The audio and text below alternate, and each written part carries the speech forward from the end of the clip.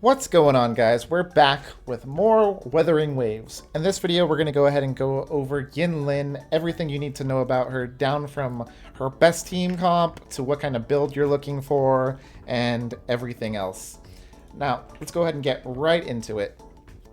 Now, this is my Yinlin right here at level 60. Obviously, we can get more levels once we get to higher levels, but this is what I've got for right now. As you can see right here, our goal when building Yinlin is going to be as much crit rate, crit damage, and attack and energy regen as possible. HP and defense are obviously the least important stat in this game. Everyone just says, get good, dodge everything, and then you don't need any defenses at all, kick W. Now, for your best weapon right here, we've got the String Master right here. The String Master is going to be her banner weapon. Of course, it's going to be the best in slot. And of course, it is by far the most insane weapon in the game. It gives an insane amount of crit rate damage. As you can see right here, we're at 26.6 crit rate, and we're only halfway leveled up. This is going to go up even higher. This weapon is absolutely insane. Not only is it good for Yinlin, but you could also use it for Encore. If you guys love playing Encore, grab this weapon right now for Encore, and you will be set doing an insane amount of extra damage. Now, other than this weapon, in order to show you guys what other weapons are actually useful for her, I have to open up this website over here. We'll go ahead and open this, and as you can see right here, this goes ahead and shows all of the different weapons that you guys could possibly pull. Now, as you can see right here, we got String Master at 117.24. What does that compare to? Well, that compares to the Cosmic Ripples, which is the normal 5-star weapon. The normal 5-star weapon is the 100%, which is the baseline. Now, what's underneath that? That is Augment S5, which means Maximum Limit Break. So we'll ignore these two since these are the maximum limit breaks and move on down to this one right here, the Augment S1, which is the basic limit break. So if you don't have any 5-star weapons, you're only losing about a 15% damage compared to the regular 5-star and about a 30% damage compared to String Master. So with that in mind, you can tell me if you think String Master is worth it or if you're okay with that little bit of damage loss. And if you don't have Augment, then just keep on moving down this list and go to Jinzo Keeper, Rectifier of Night, and Guardian Rectifier in order. Those would be your best rectifiers to use with Yinlin. Now, with the weapons out of the way, let's go ahead and talk about echoes. Now, the different sets that you could use are going to be Void Thunder would be your best in slot. That's what I have equipped right here. Your next best in slot would be Lingering Tunes, and your final optional best in slot would be Moonlight Clouds. You really don't have any other choices besides those three. Now, for your echoes right here, what are we going to prioritize for our main echo and what are we going to prioritize for our substats and all of those important things? Well, let's go ahead and showcase this right here. We've got our main echo. Remember, every single character pretty much wants a 4-3-3-1-1. What does that mean? As you can see right here on the cost, a 4 slot, a 3, a 3, a 1, and a 1.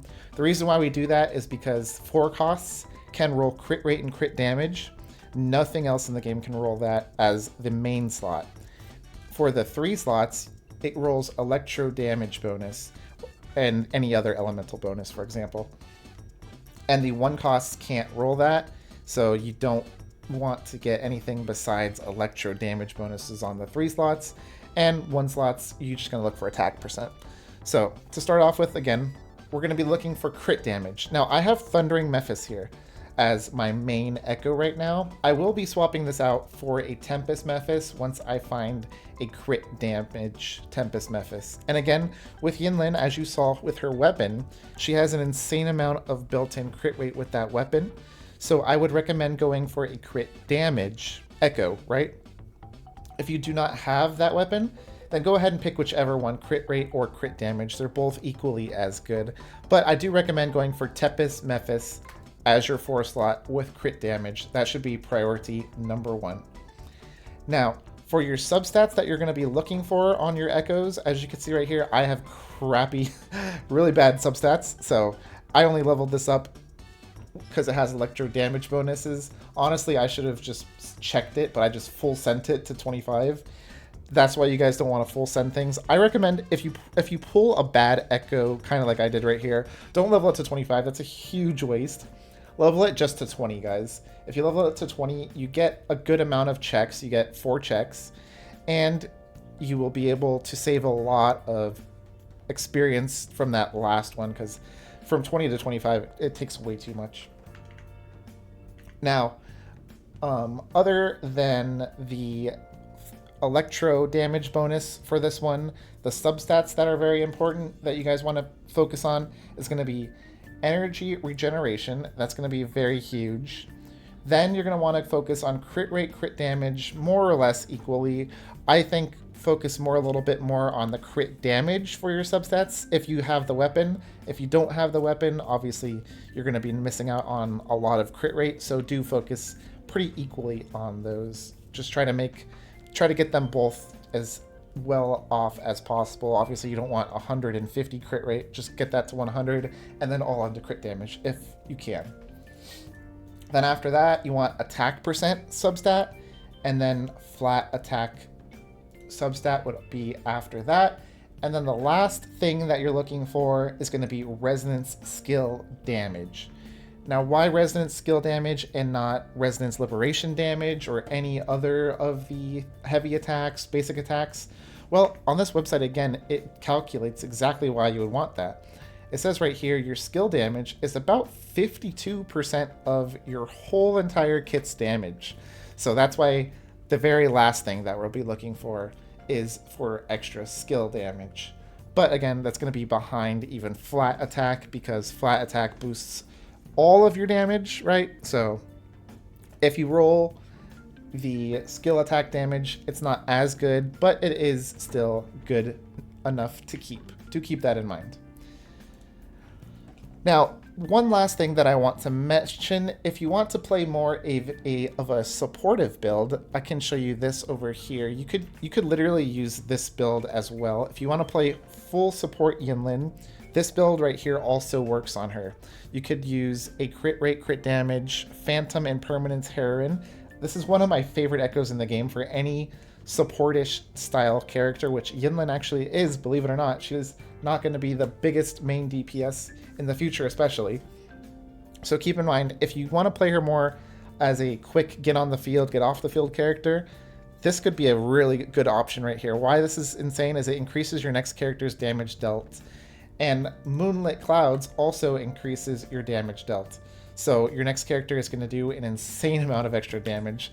That's just something fun that I wanted to mention. It's not going to be the best in slot, obviously, the full Electro is. But I really have a lot of fun using Moonlit, to be honest. It just makes your next character just do so much more damage. It's a lot of fun. I recommend at least trying it out.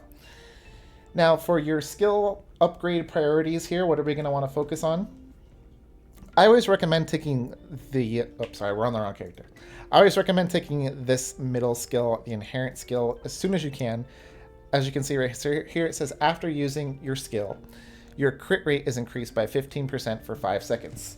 So that's basically a straight up flat 15% crit rate almost all the times, since her skill is not much longer of a cooldown than 5 seconds. So we're going to focus on getting that. And then if you remember, 52% of her damage is her skills. So then we're going to focus on this row right here, try to get her resonance skill up as high as possible. Then after that, you can choose whichever one of these that you want. Resonance Liberation, Intro Skill, and Basic Attack. Again, if we went on to that other website, it would say to level up Liberation second, then it would say to level up Basic Attack, and then Intro last, if you absolutely want to min-max it. But as long as you're doing the inherent skill into resonance skill, you're pretty much solid. Now, other than that, the only other thing to talk about, right, is it worth pulling more copies of her, and what team comps is ideal with her. Now, again, I really love this website because it even has a section for that. If we go ahead and scroll on down on the calculations, it says about how much extra damage would you get per constellation level. As you can see right here, if you just pull one single dupe, it's going to be a very, very minor 4% upgrade. If you pull 2 dupes, it'll be about a 30% upgrade compared to the S1. So really not that big of a deal to get the extra upgrades. all you really need is the one copy, in my opinion. Don't waste your extra summons on pulling more unless you absolutely love this character. It's really not necessary. And now for the team comps that you guys can use, I really love this thing because it also has the best team comps on here. So we can see right here, she synergizes very well with Calcharo, Rover, Encore, Farina, Jinzin, and Baizi. Now, out of all these characters, my favorite to go with is going to be Calcharo and Jinzin. I really like using these characters. They're really fun, and I would recommend trying them out. If you don't have Calcharo, I would obviously recommend using Havoc Rover after that. If not either of those, then we'll move on down to Encore. Now, it also tells you an example team that you could run, and this is literally what I was going to recommend anyway, so this is perfect. So my example team that I would recommend, as well as this website, it says Calcharo as your main DPS, Yinlin as your sub DPS, and any support that you have. So the 3 supports in the game is Farina, Jinzin, and Baizi. I can never say their names right. And after that, you guys can pick whoever you want. Honestly, you could even use Gion in this list. I don't know why Gion's not even on this list, but he could also work in this list. If you invested a lot into him, go ahead and slot him in over Calcharo or Encore. Basically, slot 1 is going to just be whoever your favorite main DPS is. Other than that, you're going to go ahead and use Yinlin and a support, and you pretty much have a very good team. Yinlin is very versatile as a sub DPS and can work on pretty much any team, to be honest. But other than that, guys, there's really not too much to go over. I hope you guys got all your questions answered in this video, and if you guys have anything else that you guys want to ask me, feel free to leave it down in the comments below and I will be sure to reply. And if you guys want to see more gameplay on Yinlin, look on at my previous video to see the little gameplay showcase of her. And other than that, guys, I'll see you guys in the next one. Thanks for watching. Peace.